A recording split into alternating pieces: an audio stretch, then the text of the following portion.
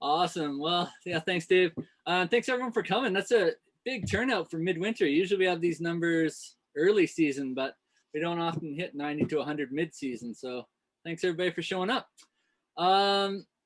First off, I should probably start by introducing a couple other presenters here tonight.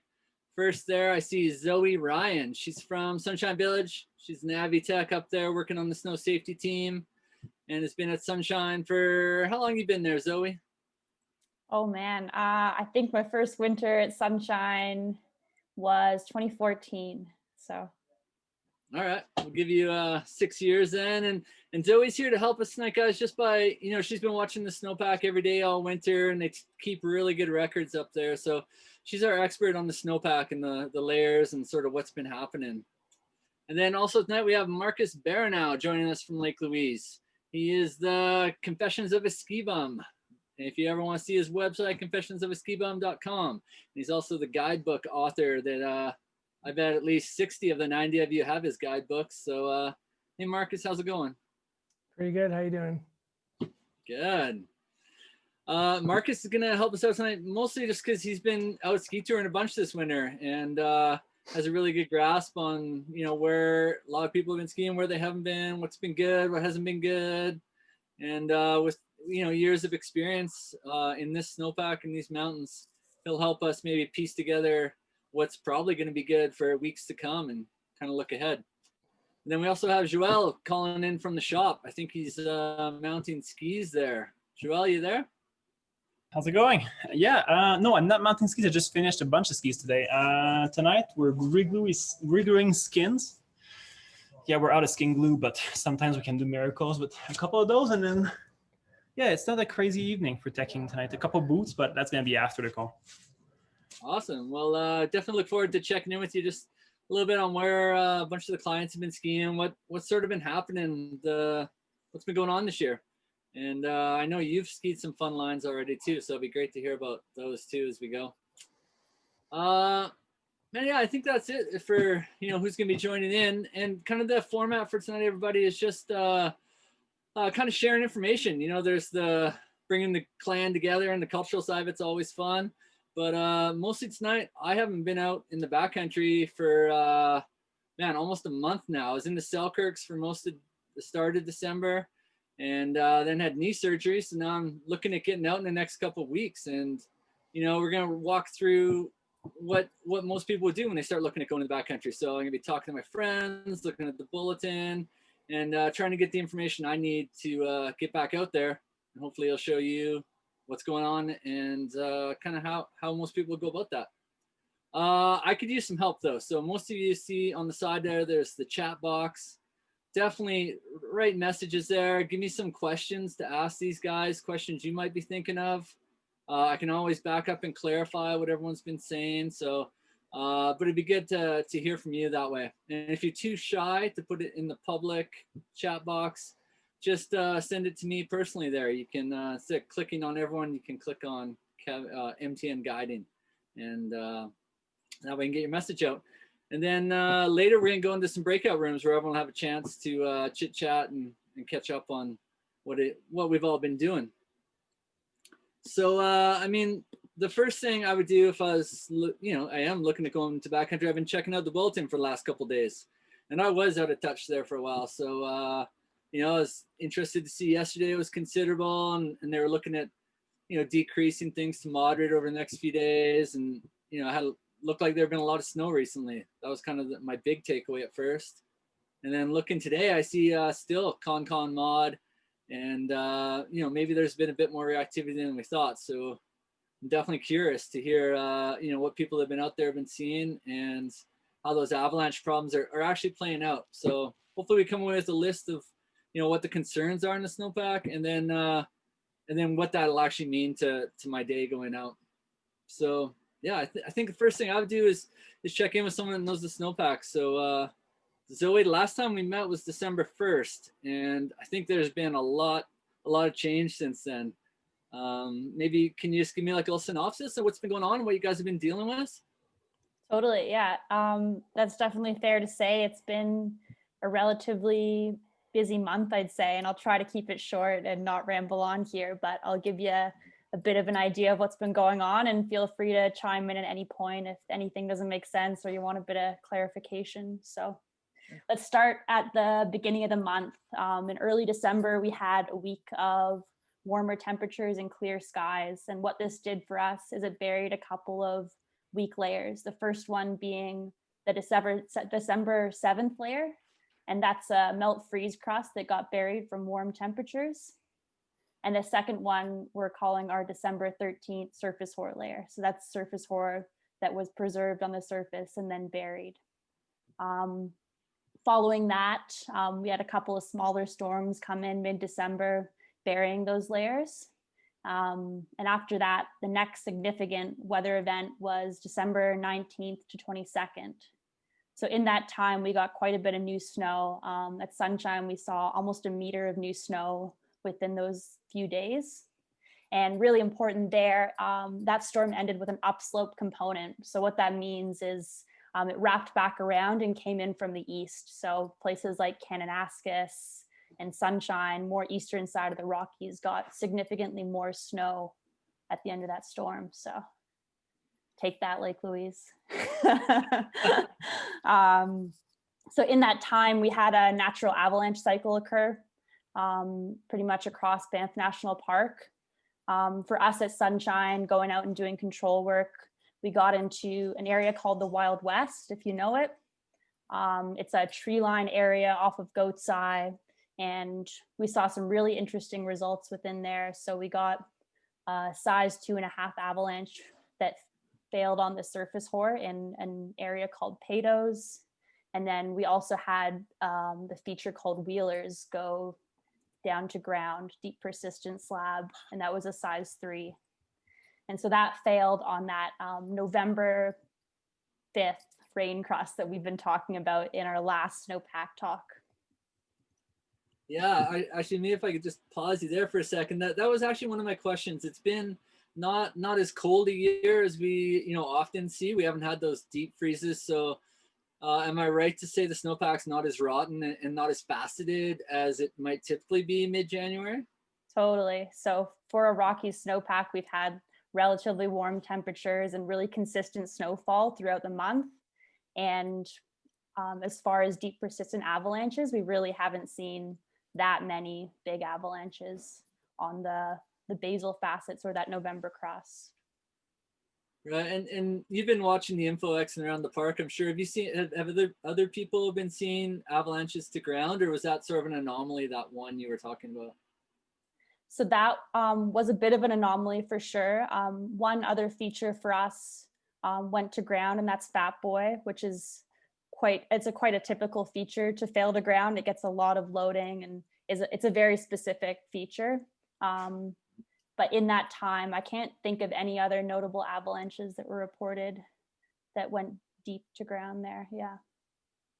Okay, awesome.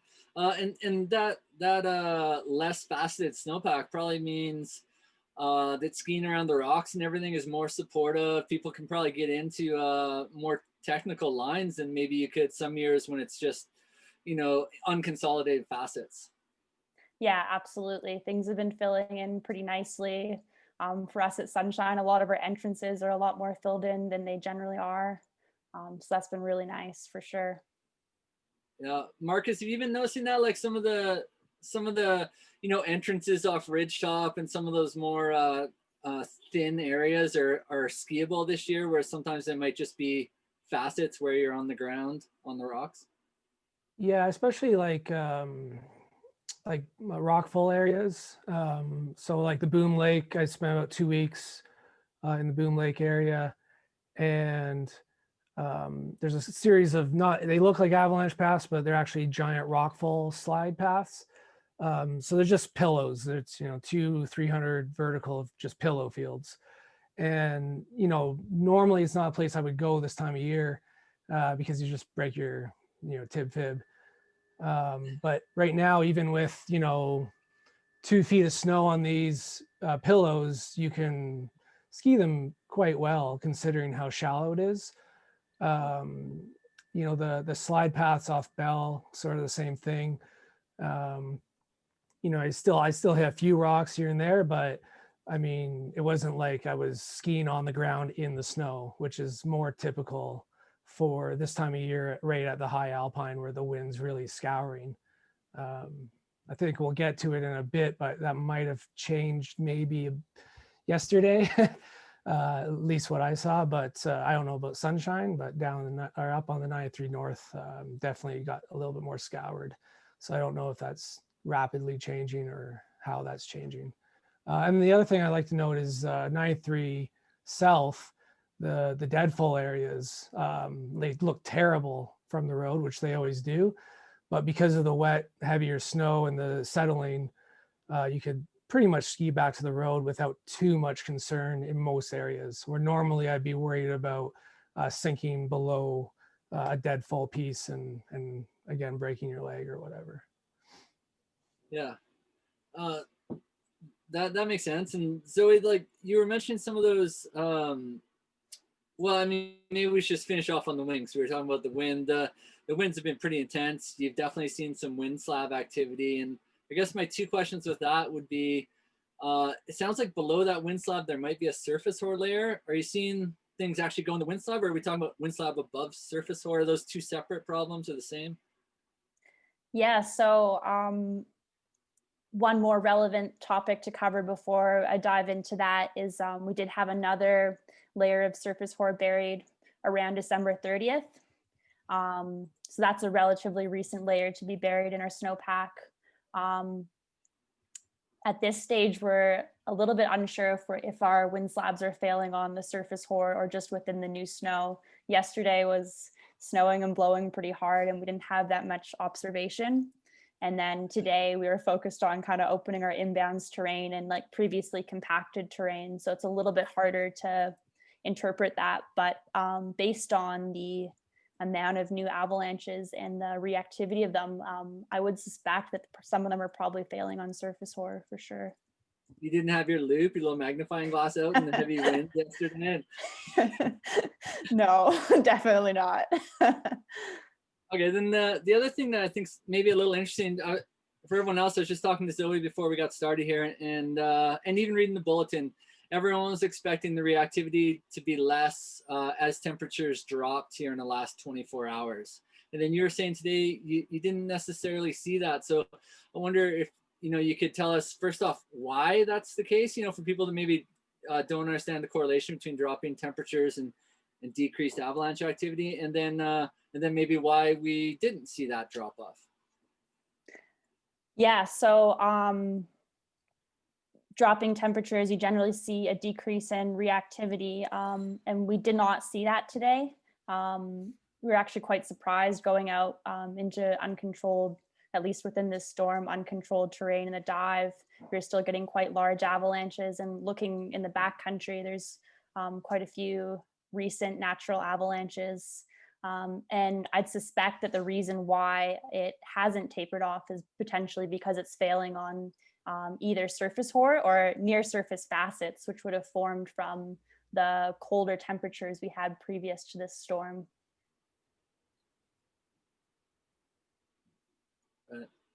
Yeah, that makes sense. And so usually that is as temperatures drop, everything becomes less reactive. But sometimes it can also stiffen that slab, right? Like to get a good propagation, a good wide crack and a wide slab avalanche, you need that slab to have some strength to it. And sometimes a quick cold can do that, even though in general, cold make things a little less reactive. Totally. Okay, so then you guys are getting into terrain now. Any idea what's coming down the pipe for us weather-wise? You guys are usually looking a little ahead with the forecast. Totally. So in the short range, it looks like this evening and tomorrow we're going to get some strong winds again, and a little bit of warmer temperatures as well. Looking at a few different models, it looks like we could even get above freezing temperatures tomorrow in the Alpine. So that's significant.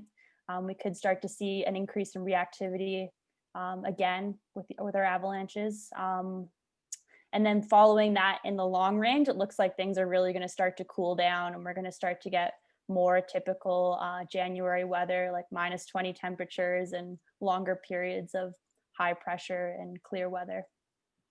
Right. And what would that do to the snowpack if we had, say, a 2-week dry spell that was cold right now? So the big thing that's going to do is facet the snowpack. We're going to see faceting within the snowpack, particularly of note would be around those buried crusts we have and in the base of our snowpack and those basal facets. And that we may start to see more reactivity actually on the deeper layers with that. Yeah, that makes sense. And just for everyone, you know, some people think, oh, that means that would happen in a day or two, but no, that's a pretty slow process, isn't it? The fasting of the snowpack, like over days, couple weeks, sort of. And then I saw a question here from Fraser just saying that the bulletins are all saying wind slabs on all aspects. Any idea why that would be, Zoe? I don't have an answer for him.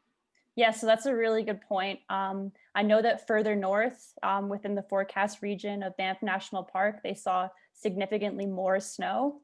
So when you have a heavy amount of precip, you might start to get storm slabs building, and that would generally be on all aspects, especially if you're in a sheltered area.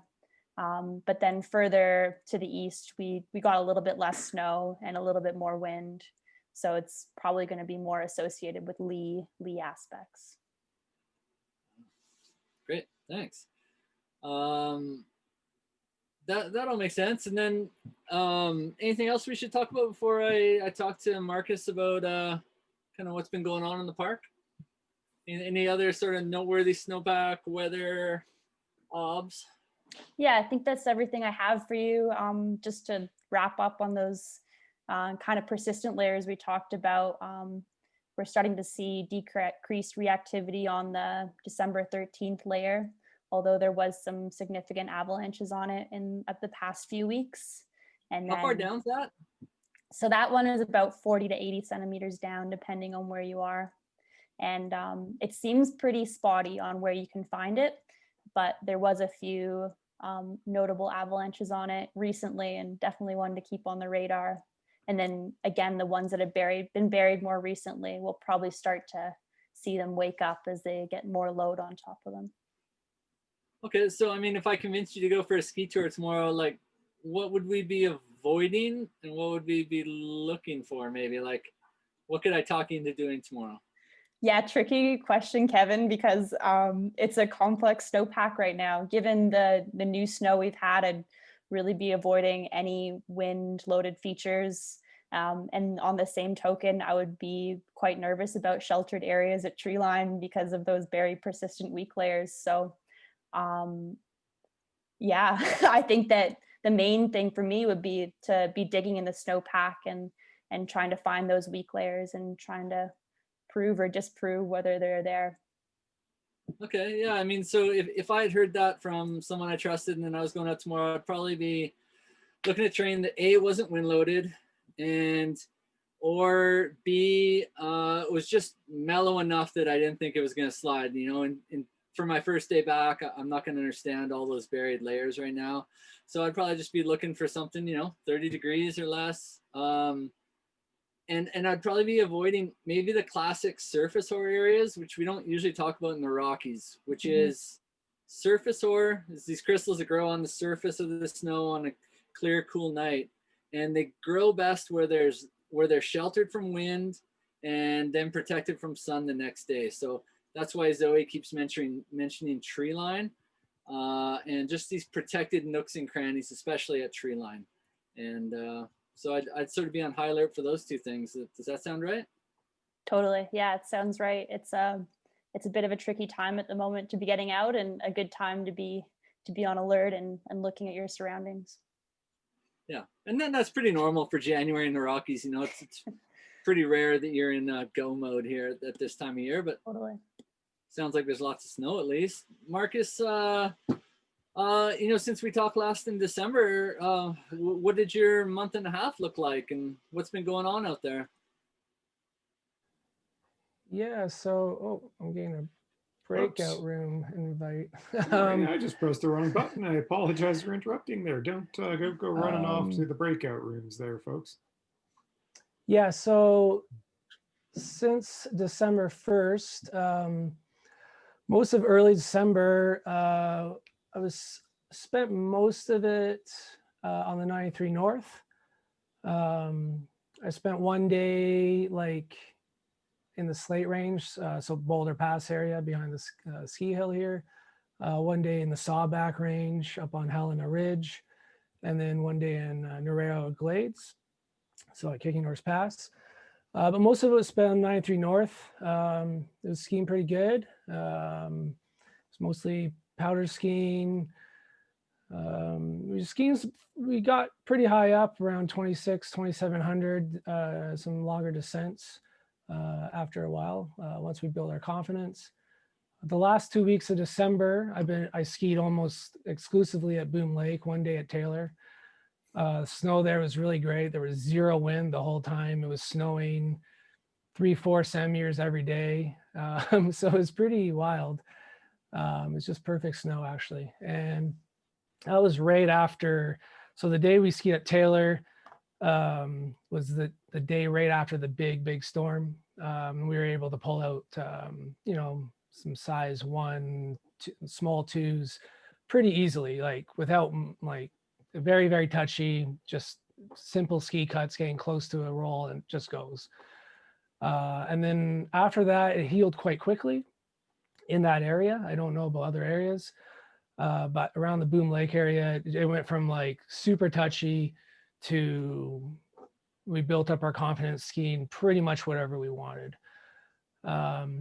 And then the first 2 weeks of January here, we've just been on the 93 South, which the snow down there seemed just a lot more settled. We weren't really finding the interfaces she was talking about as much, or they weren't reactive at all, at least.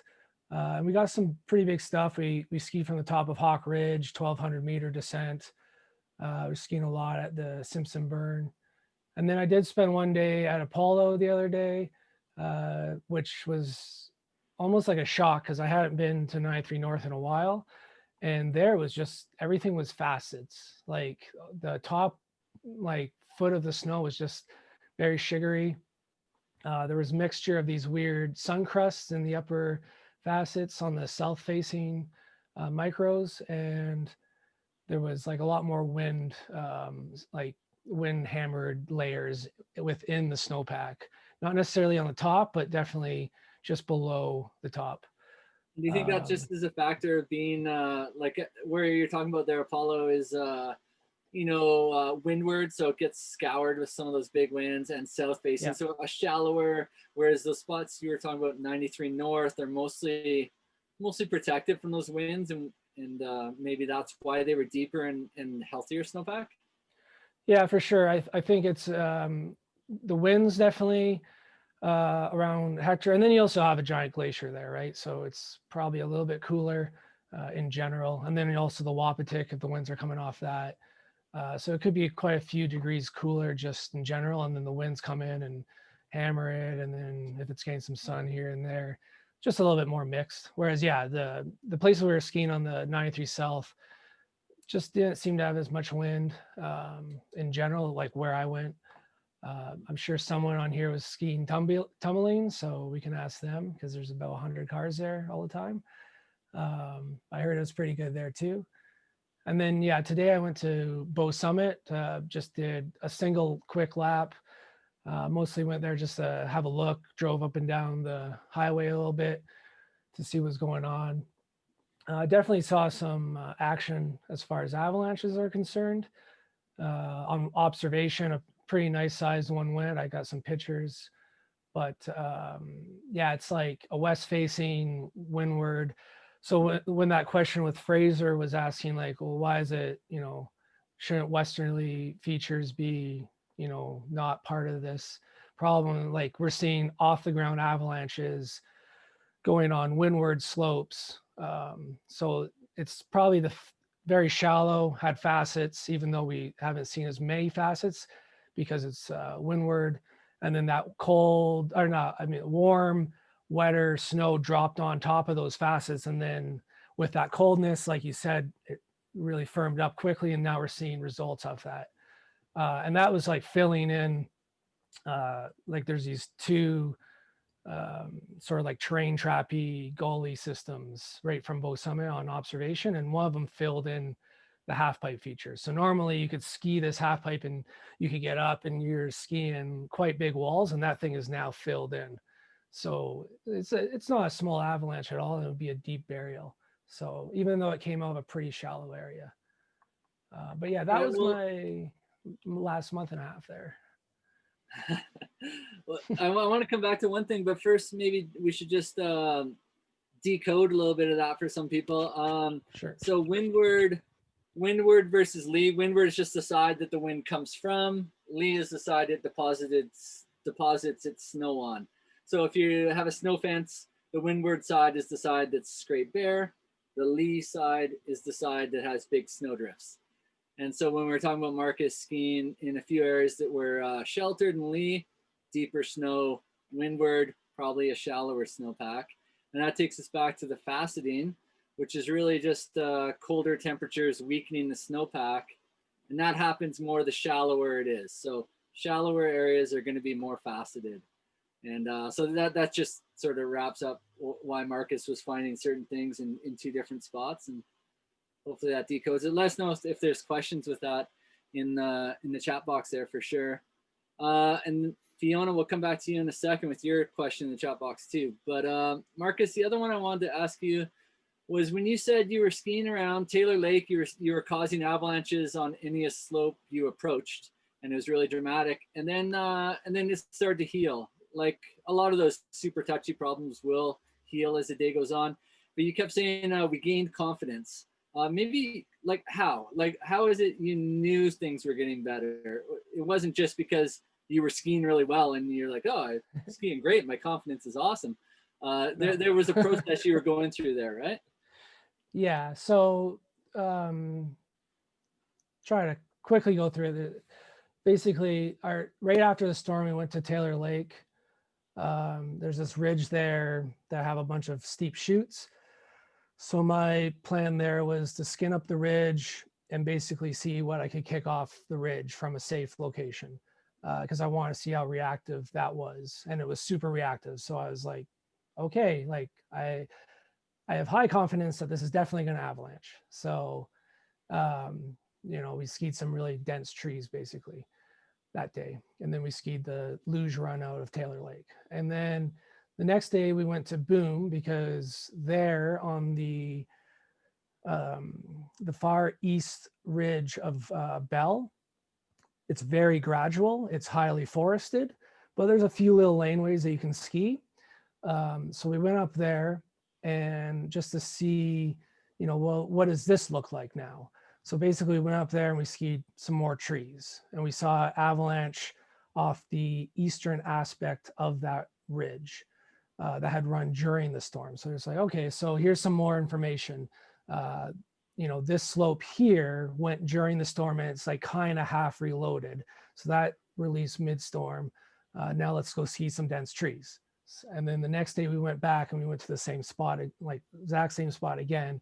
But this time we just did a big tour and we just went around the backside and then up to the little sub-peak of Bell, the far, far east sub-peak, which is pretty mostly benign terrain. There's a few spots where you're a little bit overhead, but as we traveled there, we could see again that those slopes had gone during the avalanche, and not to ground, but it was a lot more shallower. So we were less concerned about that overhead, and we worked terrain.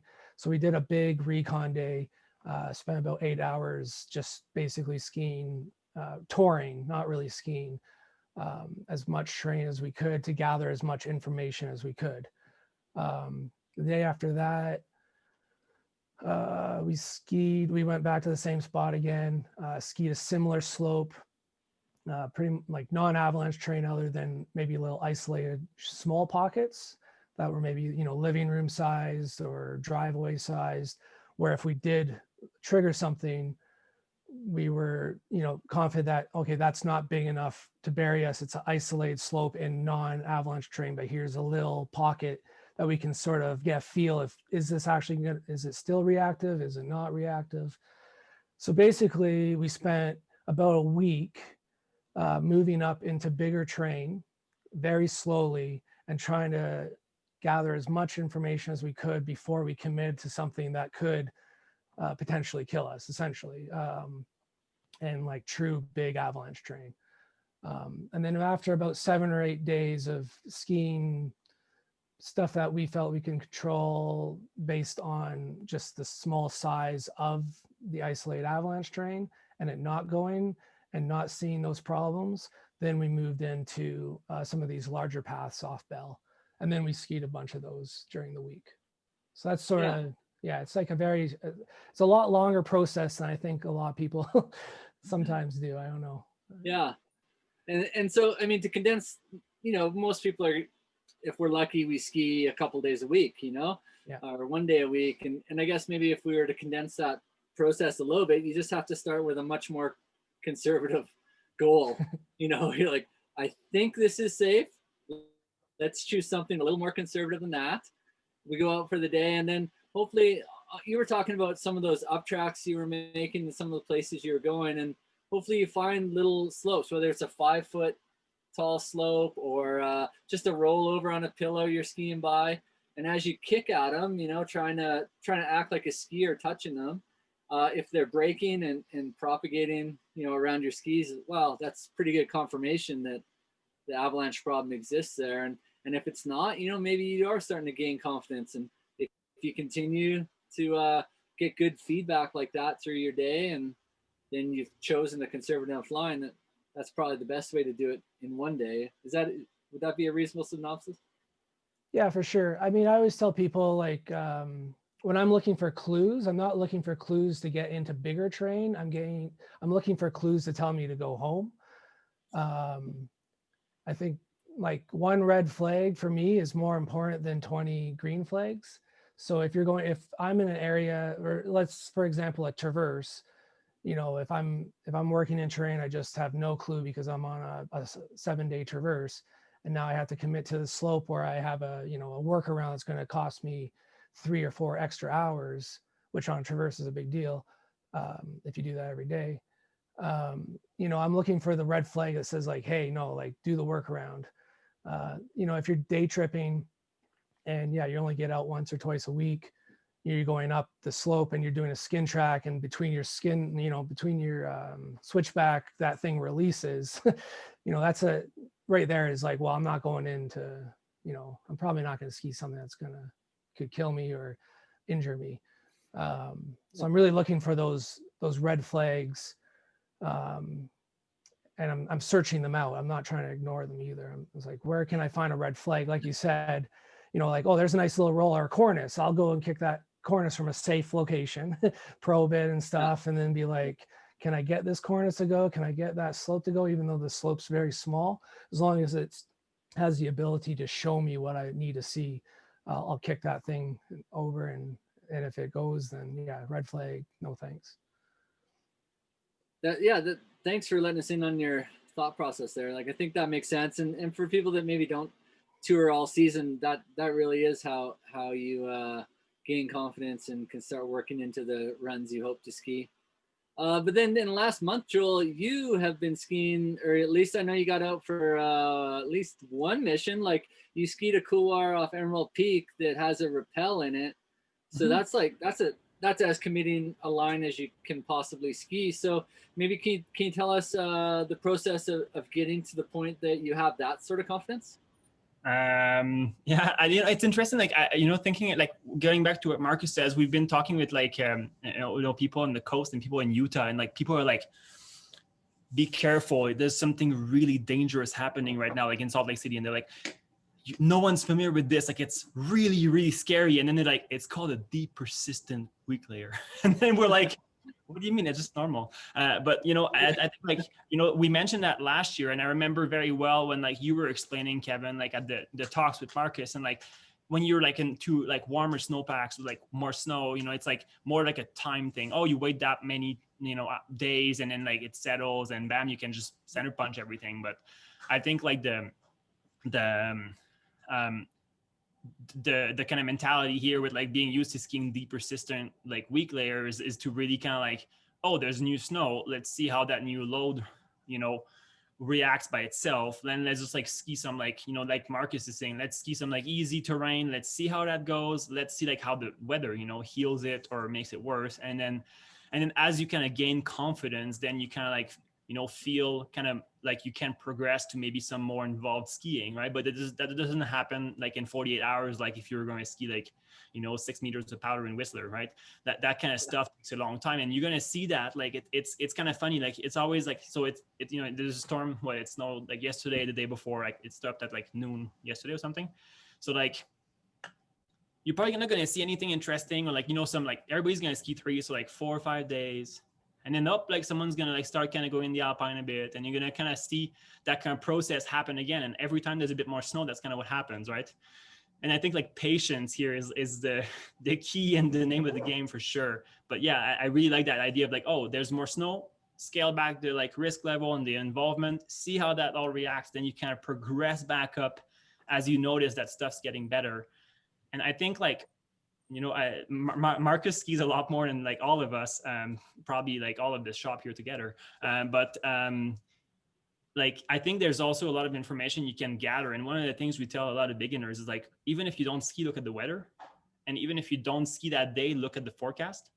You know, like we have a lot of people who come in on, let's say, the weekend, and they're like, oh, what's the weather been this weekend? You're like, well, it's easy. There's like weather stations. You can look like hour by hour, what the snow was, what the wind was. And then that also helps you kind of, you know, build a bit of what's happening without actually being there necessarily, right? So, you know, the more knowledge you have ahead of time, you know, the better it is, right? Yeah, totally. And you're right. And Zoe was even talking about it warming up here the next few days. So when we're talking about persistent weaknesses, it's any new input to the snowpack. So whether that's new snow, new wind, warmer temperatures, anything that's going to change the snowpack is that step back mode. But Joel, I'm not going to let you off the hook yet, because there was a phase there. There was a period like where things were fairly stable and lines were getting done, and I totally missed it. So what did I miss, and why were we so lucky to have that in December instead of the spring? Or did it feel like spring there for a bit, or what happened there? Well, you know, yes and no, right? It's tricky. Like when you can actually look at what got skied, like for us, we were looking a lot at what was being skied on an entry south, like tumbling, and like, you know, southeast face of Whymper got skied like right around New Year or like Christmas time or something like that. And I was like, oh shit, like that's a big face. If something happens there, like that's kind of really shitty. But like, yeah, those kind of faces were getting skied, and then tumbling got skied a lot in the kind of steeper terrain pretty quickly too. And then Vermilion was skied a lot. So, you know, at the end of the day, like, I think like as those kind of bigger alpine terrain get featured, you always kind of go into the couloirs thinking like, oh, well, you know, it's a smaller feature, it's anchored, like there's walls, there's like something to hold the snow. You know, typically it's more the fans in the Rockies that we're scared of, but that was skiing really good. Like Granddaddy was getting skied. You know, it always helps to follow a couple of mountain guides, because then you know what the best skiing that day was. So yeah, so I think like, you know, a lot of the kind of interesting, maybe kind of smaller lines got skied, right? Like the stuff that's like a bit easier to manage, that doesn't have too much like exposure to a big bowl, like that needs a ton of filling in, like nothing like on Glacier got skied really. Yeah, it was, you know, like what people were seeing kindergarten for like what weeks, yeah. Like that got like moguled out. So yeah, there was like 100 people at ski kindergarten. So yeah, like that stuff, you know, people were skiing a lot of fans, and then, you know, like for us, we just kind of got lucky a couple of times, I guess. Like, you know, looking at a forecast, you know, oh, it's supposed to be like that tomorrow. You wake up, you're like, oh wow, okay, it's actually like a little different. The winds are lower than we thought. Like I always like say, like if you want to go ski a couloir, there's the two things you have to be like keen on is getting up early to not run out of like, you know, a time if the conditions change. Because like, let's say Burgess, we skied the day that the storm was rolling in last week or 2 weeks ago. And like, we got a perfect window, and then it started snowing. Like we were almost all the way down already. But like, you know, you're looking at like getting up early, and I always say, oh, we're just going to go have a look. Because like, as like a bit like Marcus, you know, you skin up the fan, and it's not looking very good. And you get a couple kind of weird kind of, you know, like either like sloughs coming down already, or like the fan's not skiing very good, it's crusty, or there's anything that kind of makes you like, I'm not sure about this. And you just turn around and go home, drink coffee, right? Like, I think like the main thing that makes like the more those features go is like it's just kind of people, you know, nailing sometimes the timing, and also like going back there a few times before you actually get to do it in good conditions. Oh, Kevin's gone. Kevin is very, very still. Oh, he's back. Hey, Kevin. Hey, sorry about that. So I mean, just before we go to breakout room here, just to wrap that up, the one thing maybe we didn't mention there, Joel, with the couloirs, is that the persistent weak layers that we're worried about sometimes clean themselves out in couloirs. If it's a couloir that's sloughing continuously, you know, there's not going to be surface ore preserved there. New snow that comes in is not going to sit delicately above a weak layer and preserve. So there can be some benefits to that sometimes, but it's a pretty expert user that's like ready to make those calls. But that's why you're saying the fans sometimes are more scary, right? Because that's where those problems can persist longer. Yeah, no, for sure. Yeah, what we've been seeing a lot on the steeps, I'd say that's the one thing that I think is important to be aware of, is that those wet storms loaded the faces a lot more than often, right? You'd get like entire rock faces like covered in snow, and like usually when it comes in cold, it doesn't really stick. And like, you know, lots of people who've been skiing like steep have been saying that like the slough has been like very powerful often from the walls. So like to always kind of be careful of like, you know, like I'd say how the loading looks like around you and on the faces that funnel into the lines. Those couloirs are there for a reason, right? Like they funnel a lot of snow from head walls. And that's one of the things we've noticed a lot is like those kind of, you know, more sticky snowstorms kind of really sticking to what's above you, and like pretty powerful sloughs coming down, like even in like on some mellower lines for sure. Sweet, thanks. Well, so we usually, last couple times we've done this breakout room where everyone gets a chance to have a little bit of back and forth, answer some questions, talk about where you've been skiing, and then we all get to report back on what the questions are and where everyone's been skiing. So, Dave, I think we're ready if you are. Yeah, I've There's got one last question. Oh, there's is a question in the breakout, which is what height is the snow at Sunshine at present? That's a great question to test my memory from this morning.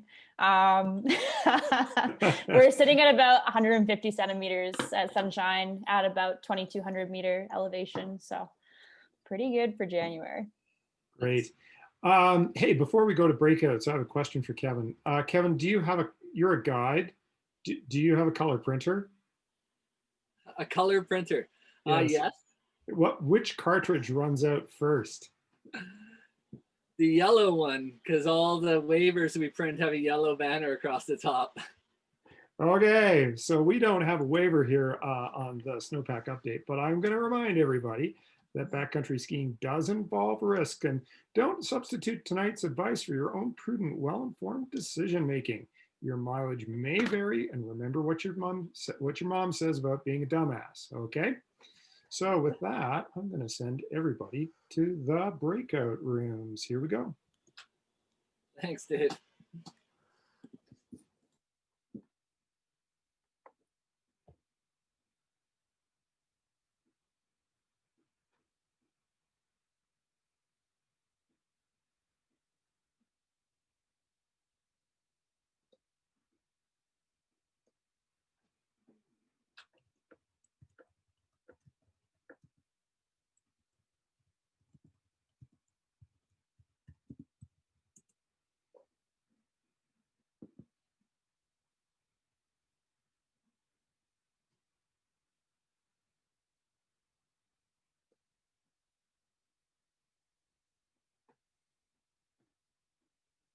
Hey, so let's see, Stacy and Carolyn, how are you tonight? Still with us? Carolyn, just to let you know, we've just gone to breakout rooms, so I'm going to go ahead and assign you somewhere if that's okay.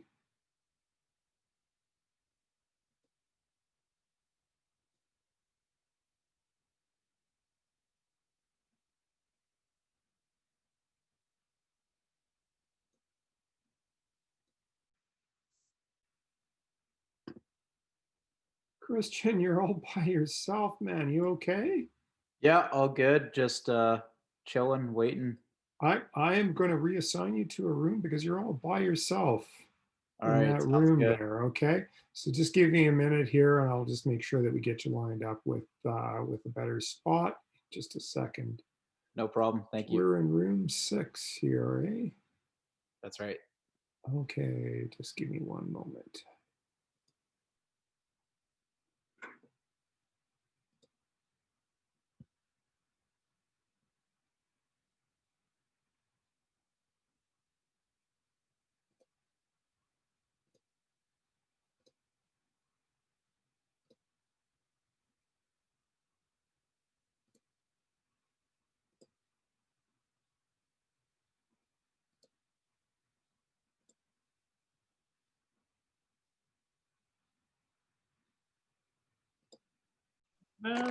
Yeah.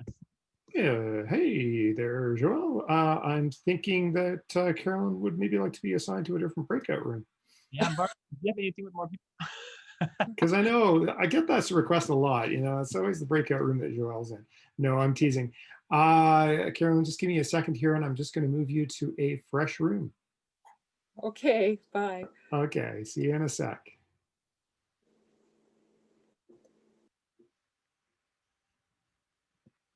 Okay.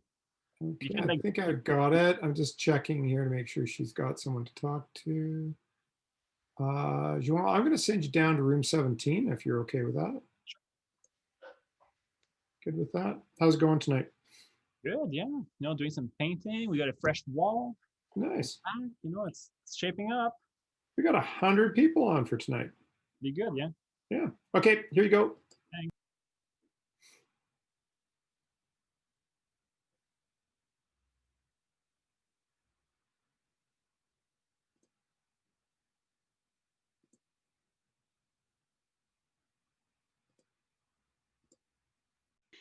Right, Anyway. right. I had a friend went out to Black Prince today, but he's also like a biathlete. Oh, okay, yeah. Skis like narrow skis, and kind of like skimo style. So he was out at Black Prince today, and he said it was pretty good. And he just did yo-yo laps all day today, but he just stayed, he didn't go above tree line at all.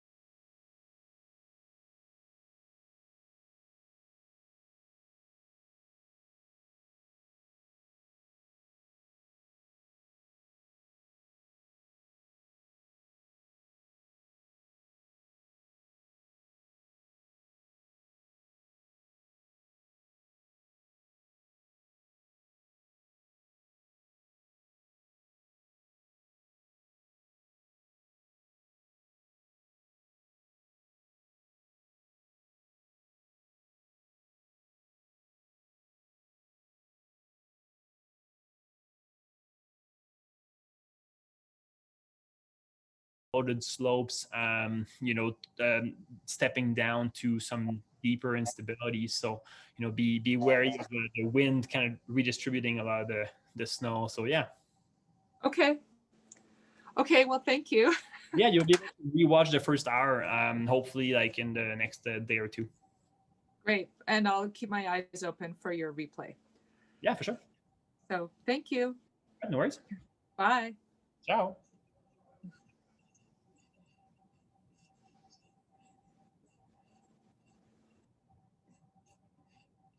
Sorry about that. I didn't realize it was just 2 of you. It looked like there was somebody in there and then they dropped out. So Don't worry. I'm going to fire you to another room here as soon as I figure this out. What's going on? It's supposed to be in 17, but yeah,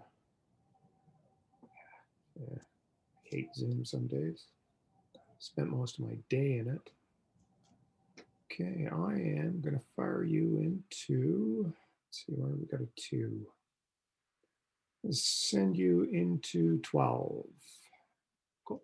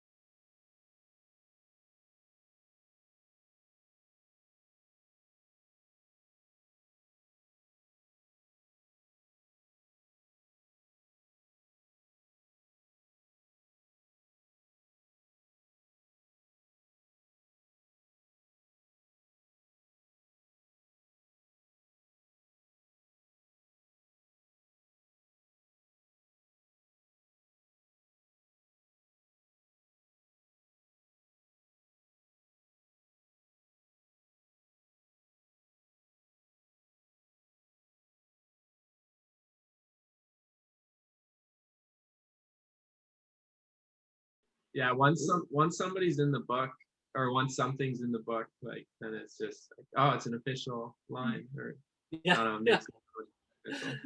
Yeah, there's some in there that probably shouldn't be either. They're like some that are more walking than skiing. But Yeah. hey, Dave, how we Yeah. doing? No.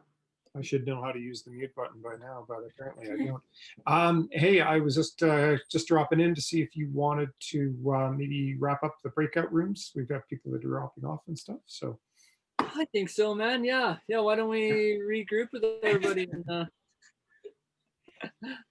We've been discussing the role of social media. So oh, excellent, important stuff like that. Okay, well, the minute I hear social media, then I'm closing the rooms and leaving. So, anyways, okay, guys, take care. We'll see you in a minute.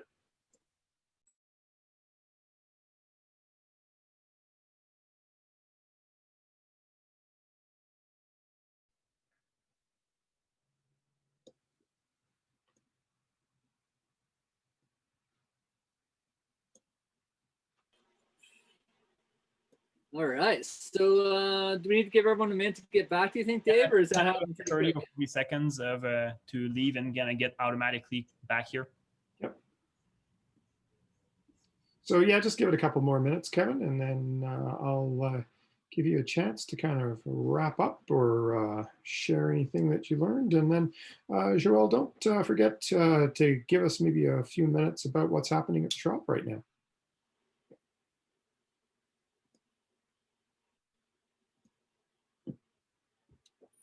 Okay,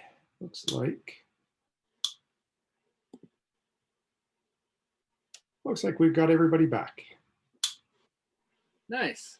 All right. Well, with my group, we ended up talking a little bit actually about the difference between ice climbers and skiers and how the avalanche problems are quite different, and how the MIN has seen, the Mountain Information Network has seen quite a increase in users, especially ice climbers. And Phelan, I didn't catch who was with us there, but your buddy was saying that there's talk of making another tab on the MIN for ice climbers, which I could see being pretty helpful.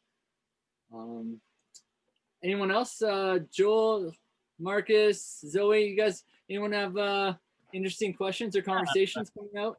I think like we talked a little bit like with a few people. We talked about the wind, you know, how unusual.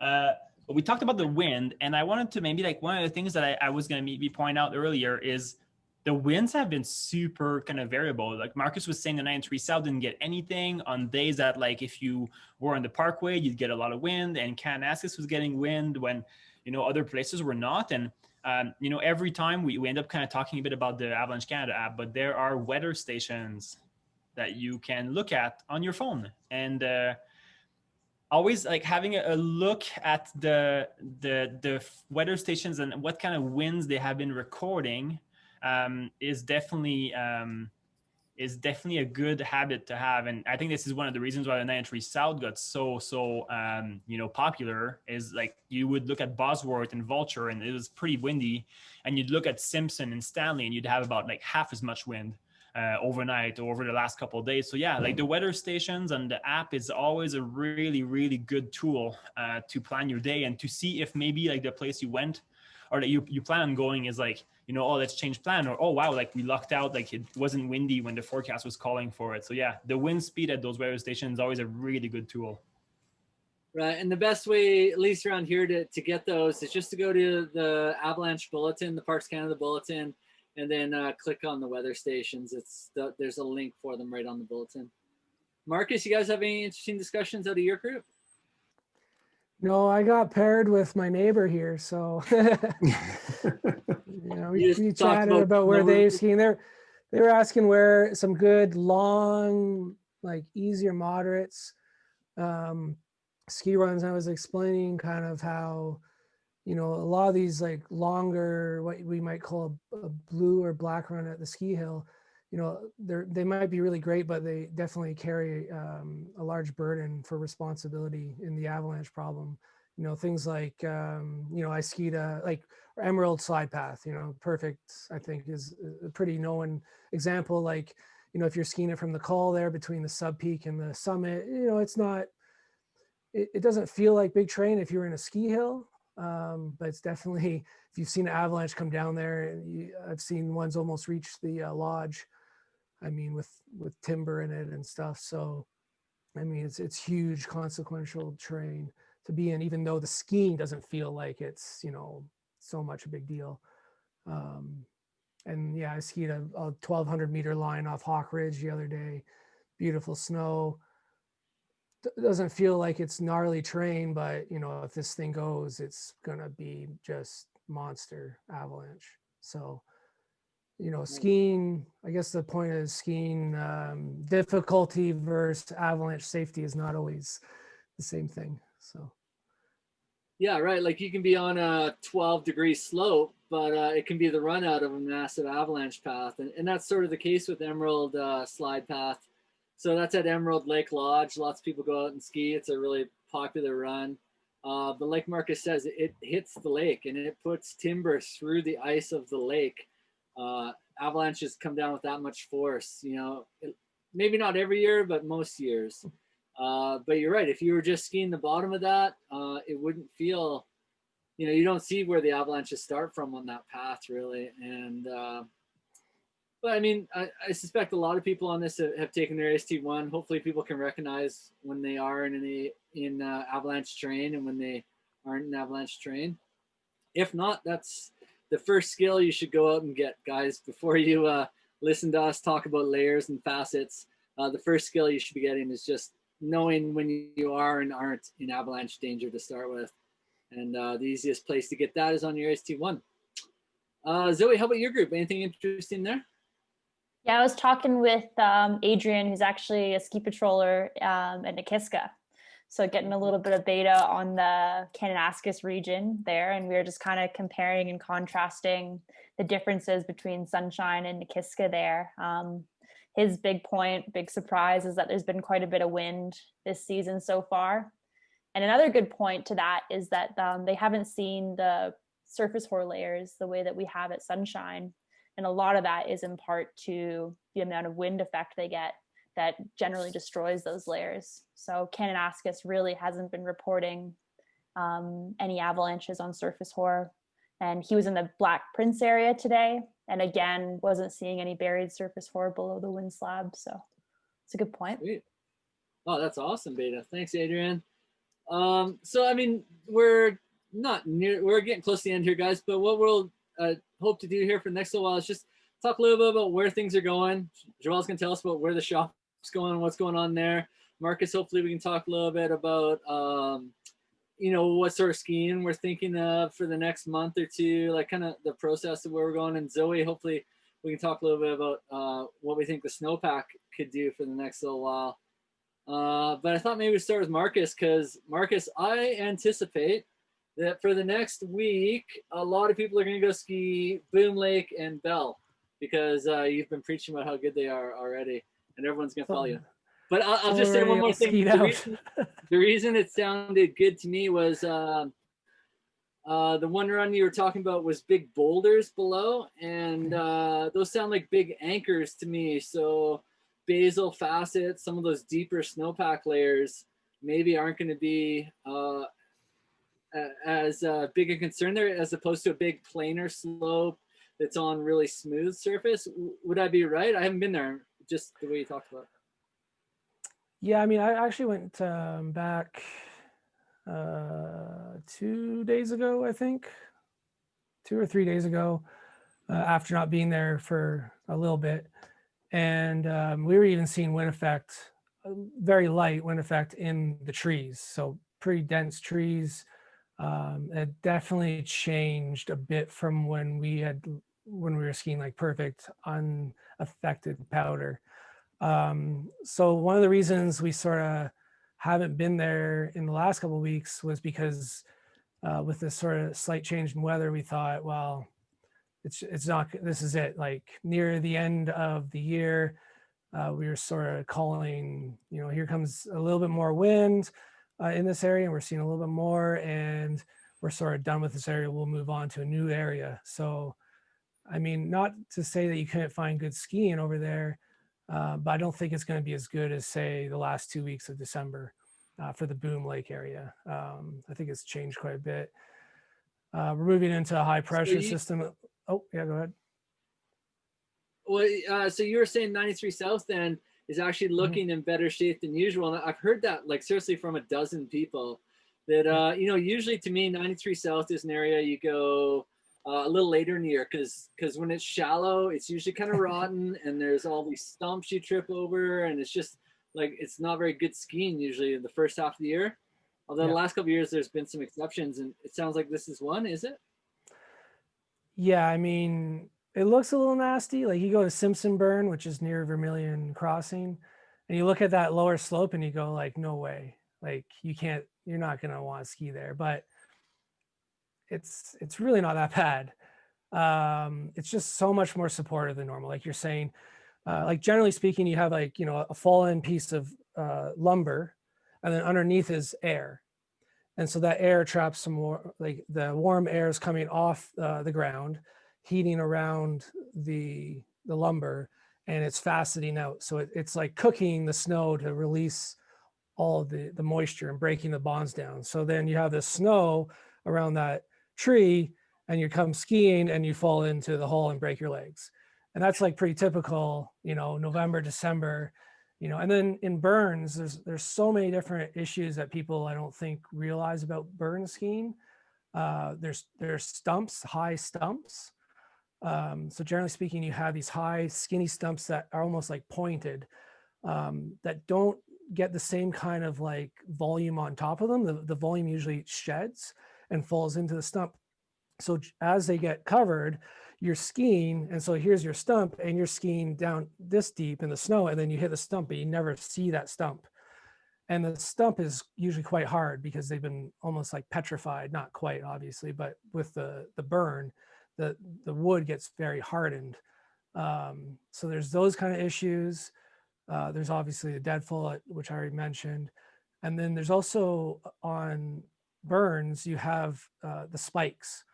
So, you know, I see a lot of dense trees and I just smash through the trees. I don't care, but you can't smash through these. They'll actually impale you. There was a case a couple of years ago where a friend of a friend got in a little size 1 avalanche, got dragged through this stuff and actually got like slit open, like extensive serious injuries to this person in a fairly small avalanche, but because of the burn, it cut you. So there's other things, I think, you know, with a lot more people going to the 93 South and skiing these burn areas, you know, the skiing's definitely better because of the lack of faceting, but I think there's other things that people need to, you know, just think about as far as burns as well. But I think, yeah, in general down there is quite good. I don't know what happened down there during the storm. I watched the weather stations. The winds got up pretty good, and there was a substantial amount of snow. It was very high temperatures. So I think at Simpson Lower, I think at one point it was like warmer than -2. So I think that's at 2100, or I'm not 100% sure, but it's around tree line. And so below that, there must have been rain or very wet snow, which again will improve travel in long term.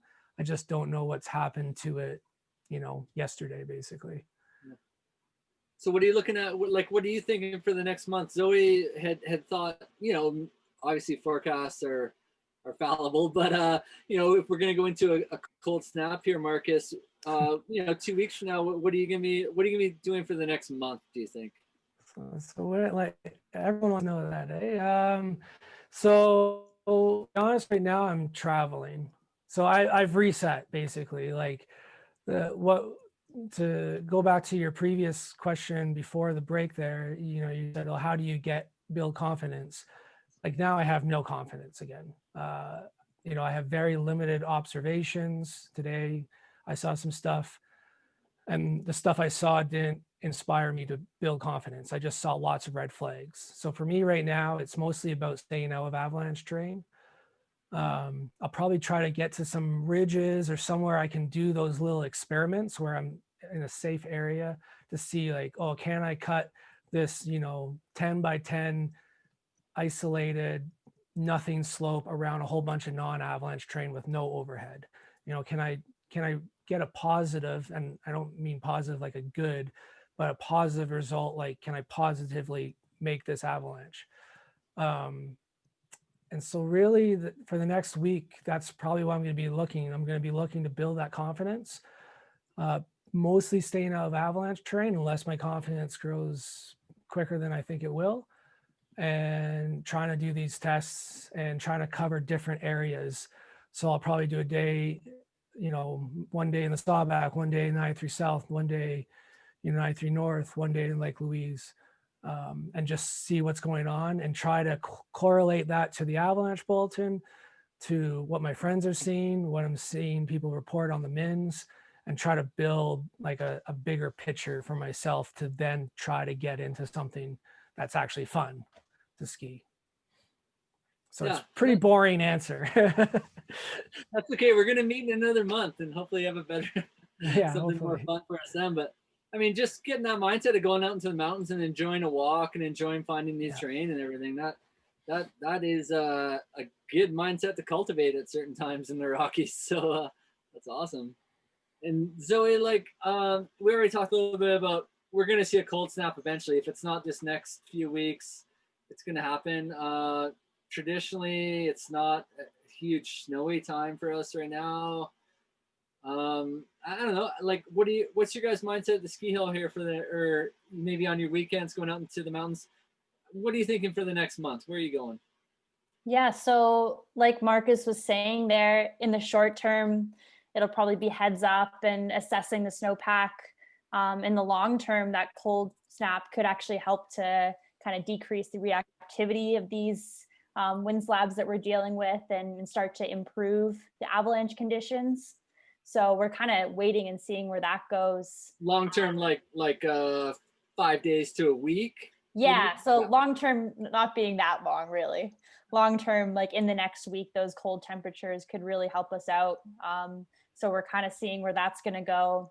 And for us, with those cold temperatures, we'll be tracking faceting within the snowpack and seeing how that's going to interact with the crusts we have, what's going to happen at the base of our snowpack. We've been really fortunate this year. I've seen like very little depth pour at the base of our snowpack. So seeing if that's going to start forming and how that's going to change our deeper layers. And that's where we're going to be going, I'd say. Yeah, and just again to break down some of the jargon for anyone who's new, like the idea of depth hoar is just facets that are near the bottom of the snowpack, kind of at the bottom. And if you haven't ever heard of what facets are, how those go, just equate that to weakening. The snowpack weakening in certain spots. So either at the bottom for depth or Zoe was saying around some of those crusts, maybe they'll get some faceting. Just means weakening, a growing weakness that could be an avalanche problem later. But that is a slower process. It's not one night of cold and that happens. That's a few weeks. But in the meantime, the snowpack really right now sounds like to me like more layers than I'm gonna figure out in my 1 day out. So if I've got my first day coming up here on Saturday, maybe I'm heading out for my first day in a while. Sounds like I kind of need to avoid big avalanche terrain. I need to avoid maybe those kind of tricky surface or areas and sheltered tree lines. So I don't know, I'm thinking of going skiing below tree line, but maybe sounds like the snowpack's fairly supportive. So tree skiing in the Rockies might actually not be terrible right now, which it often is in January. But yeah, Joel, can I convince you to go tree skiing this weekend? Yeah, probably. Yeah, like lots of people have been having some really good turns, but yeah, it's definitely like everybody was saying, time to kind of scale it down a bit and restart from scratch. It's interesting at the shop, we've been hearing about things that I've never heard before since we opened, about like, well, maybe it happens more, I don't know, but groups getting into arguments with other groups and like kind of like fights and stuff, and like, different parties trying to ski the same feature. And yeah, like I think an important thing is like, it's busy this year. Like we hear from everybody like, oh my God, it was so busy every day. Unless you ski something that's very far away, or you're Marcus and you post the day after you skied something, then everybody goes there and then you ski something else. Then like, it is crowded out there. So, I think like a good kind of point to remember is like, when you're out skiing, or when people are out skiing, to think about the other parties that are below or above, or, if you ski that line that people are going up, maybe like, change your aspect a bit to not ski on top of people. We've had like a lot of people like coming back to the shop pretty upset about like getting skied right on top of by another party who wasn't waiting and stuff like that. So I think that's maybe a thing we're not maybe used to dealing with in the Rockies as much as we are this year. That's actually a really good point. I'm sort of surprised we didn't start with this, but it's a crazy year. This is our COVID winter, and we've been starting all the trips I did in November and December. We basically just started with the group acknowledging the fact that we are pretty damn lucky to be able to go skiing right now, and pretty lucky to be out there. It's something that helps everyone's state of mind and helps us get through an otherwise difficult year. And it doesn't have to be the year where we ski the best run of our life. It just has to be the year where we enjoy getting out there and are part of a community and keep everyone happy, but also keep everyone safe. I kind of, on that topic, it'd be great if maybe each of us could just throw out one thing that would be sort of something that would piss people off, something that would be Joel, people that you're seeing at the shop, like what's one thing they're mad about, from other groups, and then maybe what's one thing you can do that's kind of nice for the community as a whole. Like I think like one of the things that we see is, well, you know, it's normal that like people have different speeds, right? But you know, like the good example is like Whimper got skied a ton, right? And Whimper in the 93 South, right? In Chickadee Valley, it's got that big North Col. The boot pack or whatever, if you skin a boot pack, goes like on the left hand side, but that's also the line of least resistance to ski back down. And like, it's been very busy up there.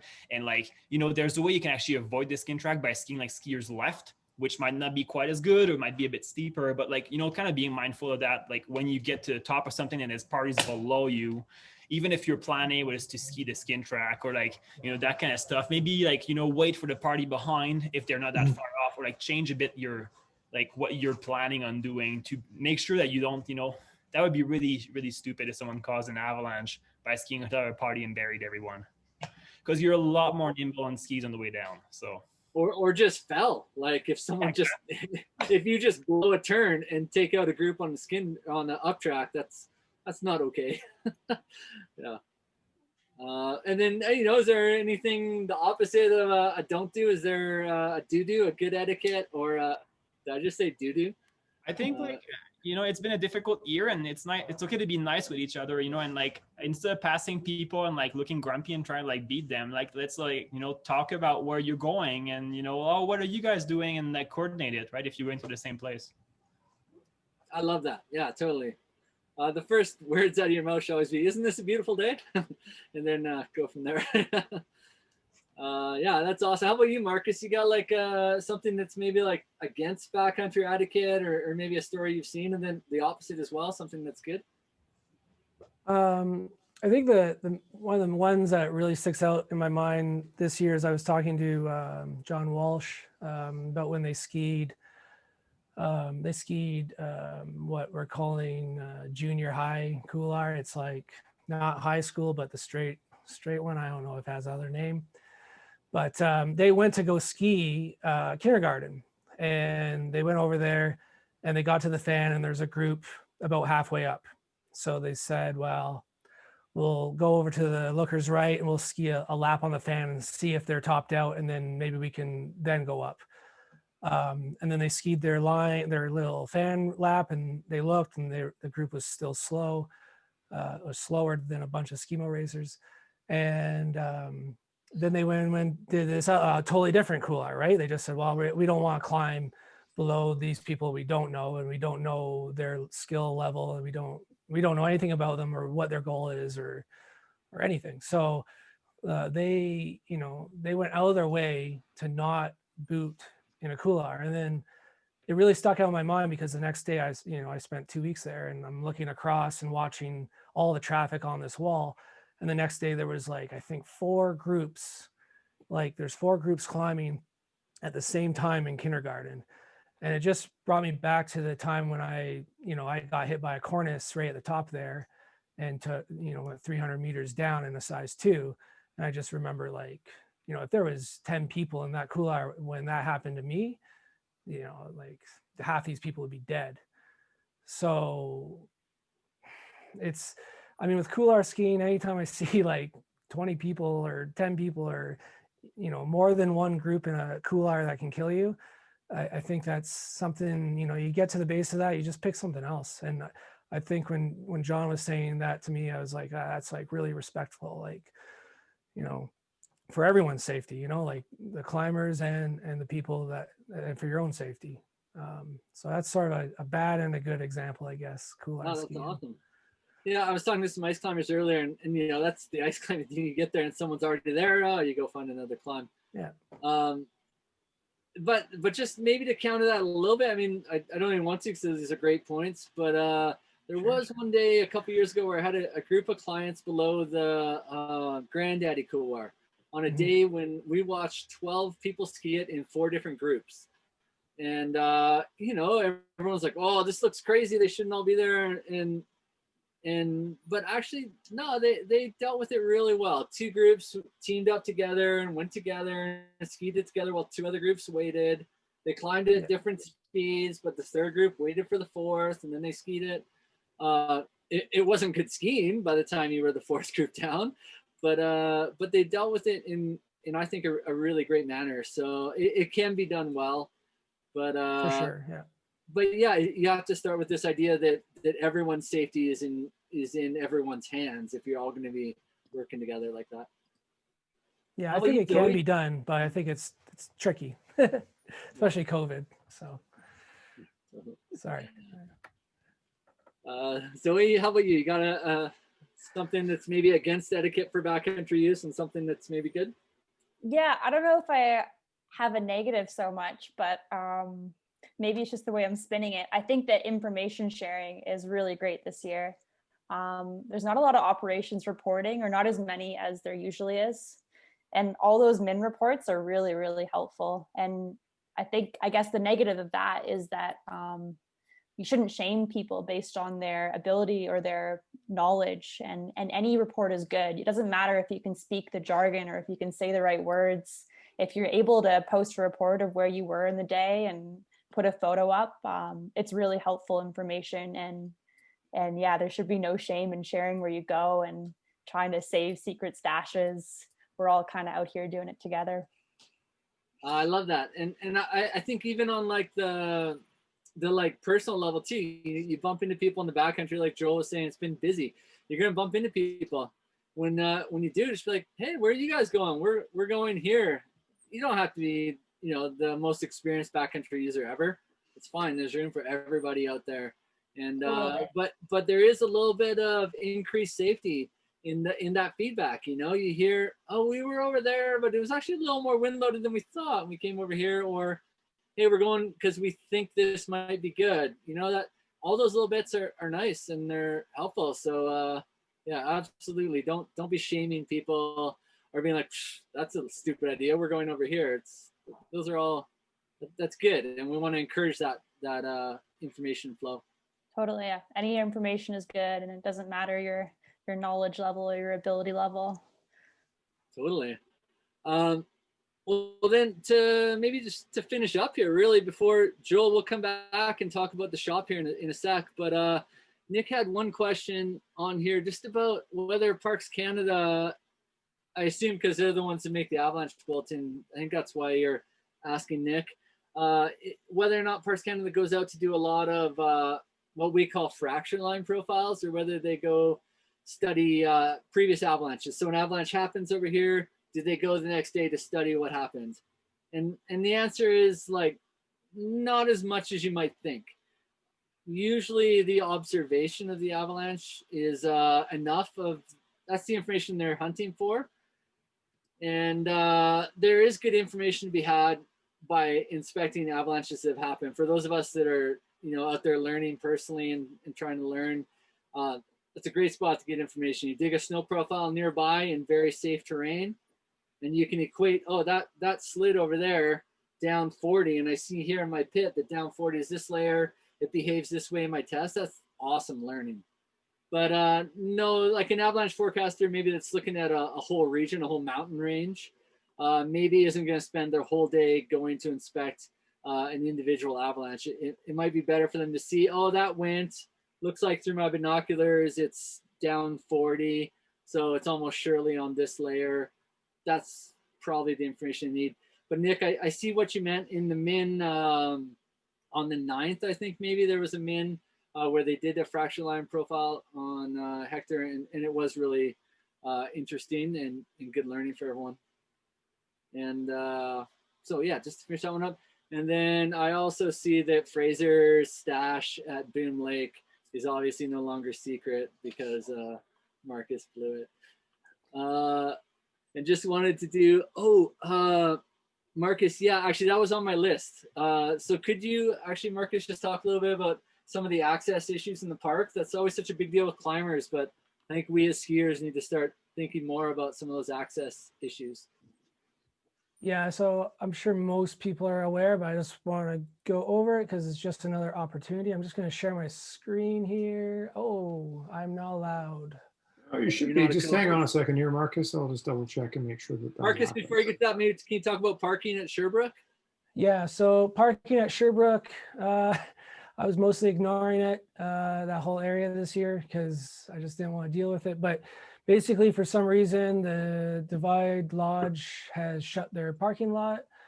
Parks has come out and say that that's a private leasehold, even though it's a public trailhead. So I don't know where that will go, because it was, for decades people were skiing there. Oh yeah. Well, I was just gonna say there was a message like through the ACMG anyhow that Yeah. the trailhead for Sherbrooke, like the summer trailhead, is It's sort of now. plowed, but Parks Yeah. Canada is not necessarily recommending it because it's actually kind of steep to get into, and if you're not in a four-wheel drive or studded tire sort of thing, it could be challenging. So, buyer beware there. If you're gonna go use that, make sure you've got a vehicle that can deal with it. Yeah, so originally that email was sent, I think about a week to 10 days ago to the ACMG, maybe around that. Yeah. And then since then, because they said officially it wasn't open and whatever, and now they have made an official public Facebook post for Yoho that says that it is officially open, but you are right. They are saying that unless you have a high clearance vehicle, that it's questionable if you can get in and out. The other issue with it is there are only about 5 or 6 car like spaces. So it's very, very small where, I know Kevin, I've seen Kevin parked at the Divide Lodge there about 100 times in my life. So I know he's familiar with how many cars can be parked there on a good day. Sometimes there's up to 40 or 50 cars on a very busy day. So obviously, there's not even close to enough room at the summer trail. The big issue with this is people are parking in the chain up area, which is technically illegal. Technically, that's for truckers to use to chain up. This is a safety area. I don't think anyone is enforcing it yet, but legally they could tow your vehicle from there. So, they're asking people not to park there. They're not telling them that they're going to tow them yet. Will that start happening? I have no idea. You don't want to be the first one to find out coming home from a day skiing at Ogden or something, I'm sure. So if we just say, like, if you're going to go to Sherbrooke Lake, make sure you have a plan B. And if you're not one of the cars that gets the first 5 parking spots, go somewhere else and don't park in the trucker zone and ruin it for everybody. Yeah. So that's the main thing there. I'm going to share my screen really quick about Jimmy Junior Bowl. So probably most people are aware of the Jimmy Junior Bowl closure. Here you have both summits. Everyone can see my screen, I assume. So that looks good. Yeah, so here's the Bow Summit area. There's the summer trail. You can actually see it go up. And where you kind of have to stop skiing is that first ball there off the ridge. So you got flower couloir here, the chute, the dog leg, lots of names for it. You got the tree shoots here. And then you have that first roadside ball. After that, it's closed all the way. It's actually a little further than this. You can exit, I believe, and again, check Parks Canada literature for official information. I'm pretty sure you can use the traditional Chick Scott exit, even though this is way better glades. You can use that one. But definitely don't go in this area. Someone's already been fined. They're going to court. I'm sure they will be found guilty no matter how many min reports they post about not seeing the sign. So yeah, there's no real room for ignorance on this one. There's signs all along the highway. There's currently no tracks. There hasn't been tracks for a while. So if there's tracks, you're gonna get caught, because I know a couple of my neighbors who go up there every day to scout it. So yeah, don't go there. And then I think I had one more thing. I'm going to be annoying and just mention again, highway parking. I made a post a little while ago about roadside parking. Like today at observation, there was literally a spot where there's only one lane of traffic on a blind corner. People are parked on both sides, 20 vehicles, and there's literally one lane. And it's on a corner and it's like packed snow ice. So, if you're going to park on the highway, if people are parking on one side, just park on that side, don't park in avalanche closures. On the 93 South now, every day I see someone parked in avalanche closures. Our avalanche is going to reach you, probably not, But the problem is if we keep doing that, I don't know what will happen. They could take away roadside parking. They could just say, no, you're not doing this anymore, because they don't want to deal with people doing that. I don't know if that will happen, but let's just follow the rules so nothing bad happens. Yeah, just to reinforce that, like those are two great points, and we need to drive those home. One, if it's an avalanche closure, it'll be marked on the road. So as you're driving down the road, you'll see a sign on the side that says avalanche area, do not stop. Don't park in those areas. And so those are mostly on 93 South for skiers, and just don't park there, period. Doesn't matter how good a day it is or whatever, just don't park there. And then for other areas like 93 North, or really just anywhere that skiers are parking, if people are on one side of the road, it's not that difficult for you to drive 5 minutes further up, turn around somewhere safe, come back and park on the same side of the road so we don't block as much highway. And furthermore, if you need to drive an extra 5 minutes and then skin an extra 200 meters back so you're not parking on a blind corner or whatever, just do it. 93 North is an incredible resource for us as backcountry skiers, and we really need to maintain access to that. And that's not something we want to lose. So 200 meters of skinning is going to cost you a couple minutes. You're not even going to notice it in your day. So choose your parking wisely. Anything else there, Marcus? I think that's it for me. Awesome. Well then, Joel, what's going on at the shop these days, man? I haven't been by for a while. What's new? We're doing renos. We're expanding. So that we're doing a bunch of like new walls, and we're gonna have a huge space in a couple weeks. But yeah, that's kind of pretty much what we're doing.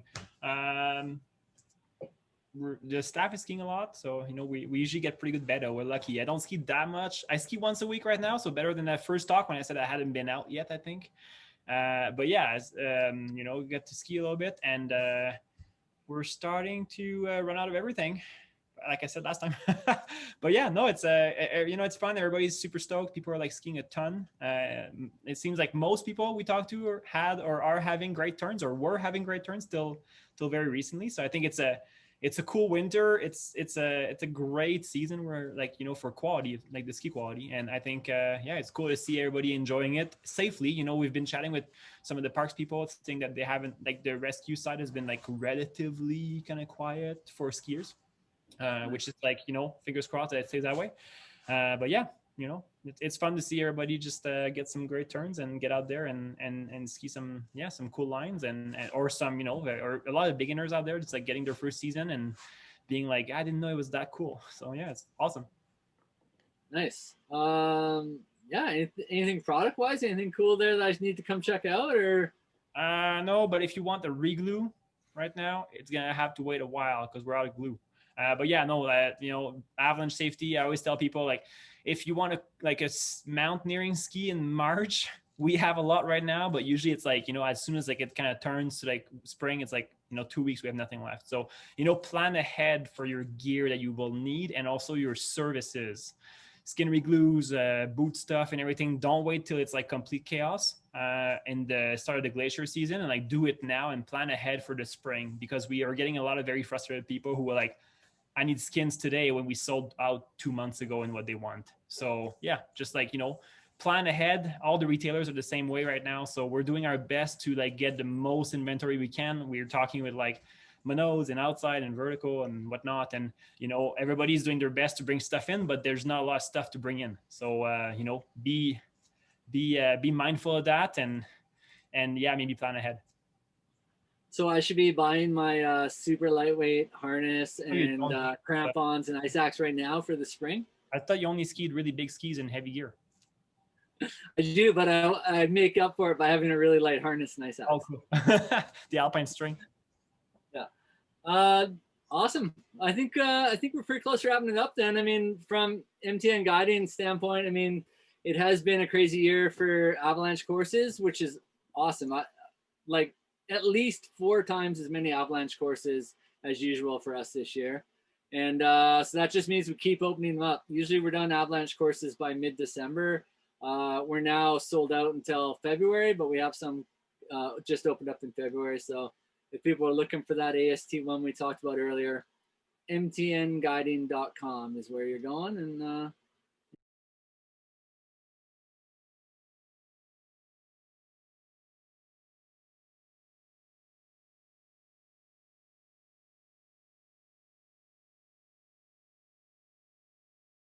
I think we've got some upcoming events. Joelle, are there? Oh, and we have a picture of a cat. Well, can't help but love that, right?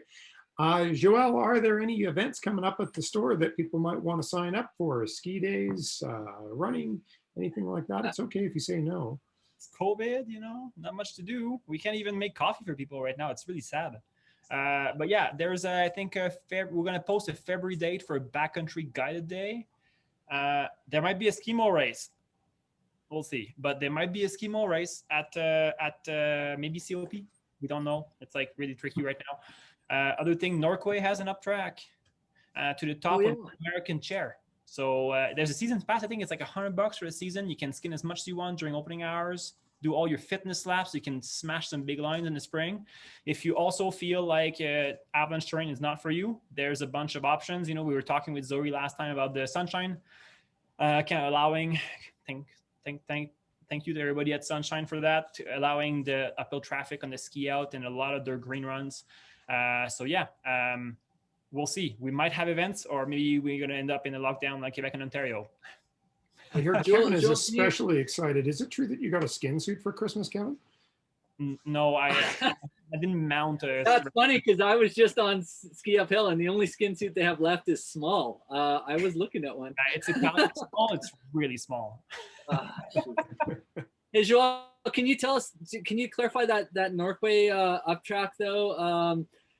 Any hours, or is it only hours when they're open? Can I just go up there and pay? Like, how do I go about doing that? Because I'm actually kind of interested. Yeah, so it's a $15 fee because, you know, it's controlled, it's patrolled, all that stuff. So it's part of the ski hill. So it's $15 for the day ticket. Gavin went like last week and they were saying they were like just kind of like finalizing the details for the season's pass.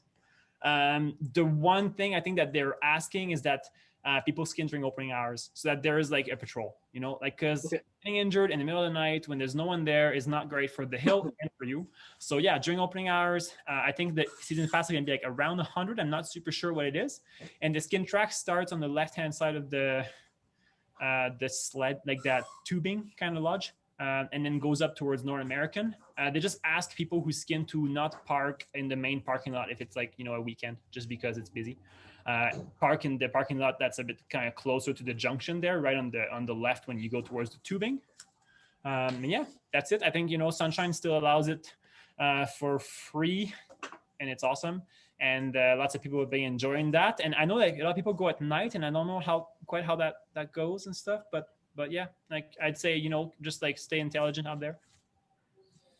Yeah, if you're gonna do that at night at Sunshine, watch out for snowmobiles and vehicles. Like they will not be expecting you, and you will not be visible, and they will be going fast. Yeah, that's like actually pretty dangerous to do at night, I would say. Yeah, it's like, you know, you have to go up Sunshine at night. Maybe go up like canyons or something that's like out of the main, like, you know, sledding and cat paths. Yeah, early in the morning as well, for sure. I've had a few close calls. I'm not awake that early.